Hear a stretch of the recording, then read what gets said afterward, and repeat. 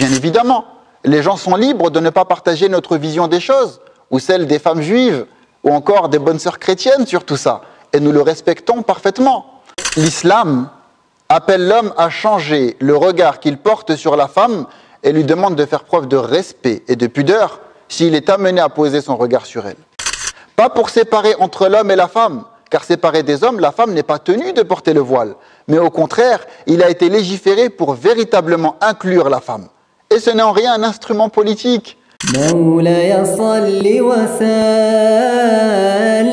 دائما أبدا على حبيبك خير الخلق كلهم. Au nom d'Allah, le tout miséricordieux, le très miséricordieux. Louange à lui et que la prière ainsi que le salut soient sur son messager. Le voile est un sujet autour duquel on n'a pas arrêté ces dernières années de créer des polémiques. On a vu s'enchaîner sur ce sujet des débats, dans lesquels ceux qui s'exprimaient sur la question n'avaient que très peu, voire pas du tout de bagages dans les sciences islamiques. C'est la raison pour laquelle ce thème fut maltraité et qu'on a aujourd'hui toutes ces interprétations sur le voile. Résultat, cette question est devenue un sujet non compris par l'ensemble des gens et même par certains musulmans. Et c'est ce qui nous amène, nous, à nous exprimer aujourd'hui pour donner les éclaircissements nécessaires afin de véritablement comprendre cette question du voile. L'islam exhorte la femme musulmane à faire preuve d'une certaine pudeur qui trouve ses normes dans les textes religieux. Car l'islam considère cette pudeur comme étant le meilleur moyen par lequel l'homme et la femme peuvent collaborer ensemble pour améliorer la société à ses différents niveaux. Cette pudeur est le dispositif, si je puis dire, qui permet à l'homme et la femme de convenablement s'entraider dans les divers domaines scientifiques, culturels et dans les activités humanitaires et civilisationnelles. Cela parce que la femme se distingue des hommes par des attributs apparents qui lui sont propres, desquels résulte la jouissance corporelle mutuelle entre les deux sexes. Pour faire court, l'homme et la femme cohabitent ensemble. Et en tant que cohabitants, ces deux-là sont nécessairement amenés à avoir des rapports sociaux pour faire évoluer la société, comme est amené à le faire toute personne vivant en communauté. Et pour que les convenances de cette cohabitation ne soient pas entachées à cause de potentielles pulsions chez l'homme qui peuvent être suscitées par le pouvoir attractif émanant des attributs physiques de la femme auxquels il est susceptible d'être sujet, il lui faut tout simplement un moyen le rendant capable de faire chez l'autre sexe la dissociation entre son caractère de cohabitant et ses simples attributs physiques. Et c'est ce moyen qu'on appelle, nous, musulmans, al-hijab, qui signifie le voile. Car souvent, lorsque la femme prend la parole publiquement, tout en exposant ses atouts pour traiter même un sujet intéressant, comme partager une pensée, ou pour proposer des solutions à un problème social, ou même faire un simple exposé sur un sujet lié à la littérature, par exemple, ce qui se passe chez bien des hommes qui la regardent et l'écoutent, c'est qu'il apparaît chez beaucoup d'entre eux un désir qui prend le dessus sur leurs pensées et qui va, par la même occasion, faire disparaître tout cet intellect, ce savoir, cette richesse culturelle que la femme va infructueusement essayer d'extérioriser devant lui. Et il y a cette anecdote que raconte un théologien, dans laquelle une jeune femme allemande avait été invitée à participer à une rencontre scientifique annuelle. Lorsque vint son tour de parole, tout en exposant ses atouts physiques, elle se mit à aborder le sujet qu'elle voulait traiter de manière scientifique, avec des arguments solides et un niveau de langage très élevé. Le théologien qui raconte cette histoire nous dit qu'à ce moment-là, il jeta un coup d'œil sur les visages des hommes présents lors de cette rencontre, cherchant la stupeur dans leurs yeux, face à ce niveau de rhétorique plus qu'impressionnant. Mais il ne vit dans leur regard que salacité et impudicité. À la fin de la rencontre, aucun homme n'est venu réellement saluer les efforts intellectuels qu'avait fournis la jeune femme pour préparer une intervention d'une telle qualité. La seule chose à laquelle elle eut droit est une carte d'hôtel que lui a remis un monsieur qui souhaitait faire un peu plus connaissance avec elle autour d'un cocktail. Envers une intellectuelle du rang de cette jeune femme, y a-t-il un dénigrement plus fort que cela? Tous ces efforts scientifiques, ces années d'études, ces longues nuits vouées à la recherche, tout ça avait été mésestimé.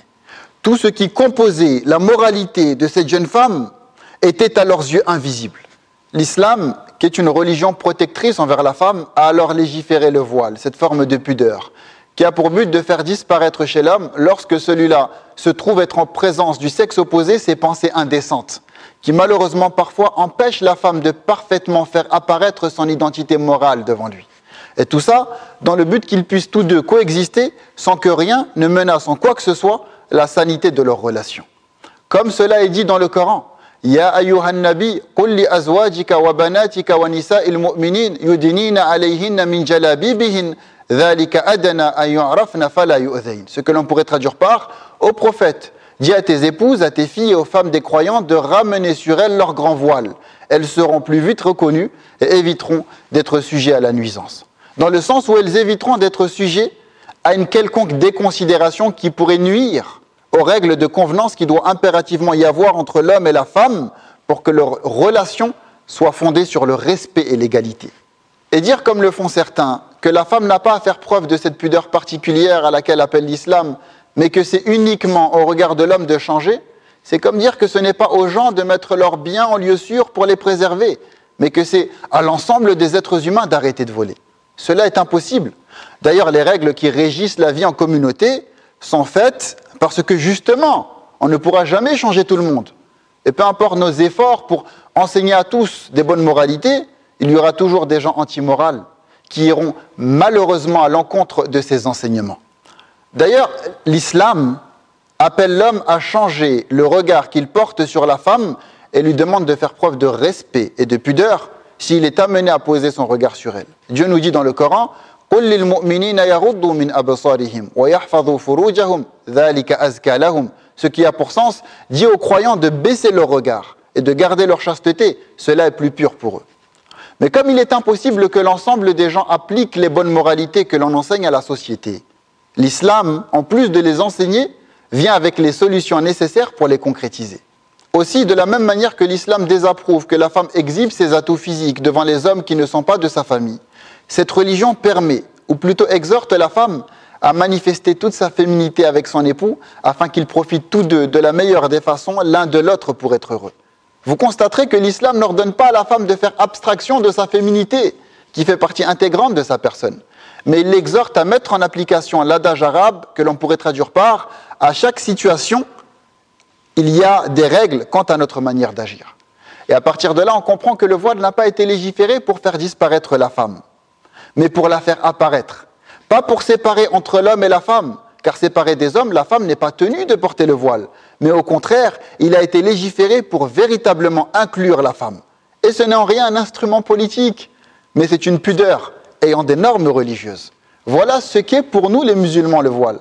Maintenant, bien évidemment, les gens sont libres de ne pas partager notre vision des choses, ou celle des femmes juives, ou encore des bonnes sœurs chrétiennes sur tout ça, et nous le respectons parfaitement. Mais il faut également que les gens, ne partageant pas notre conception, acceptent que l'on puisse nous aussi avoir des points de vue différents des leurs sur ces sujets.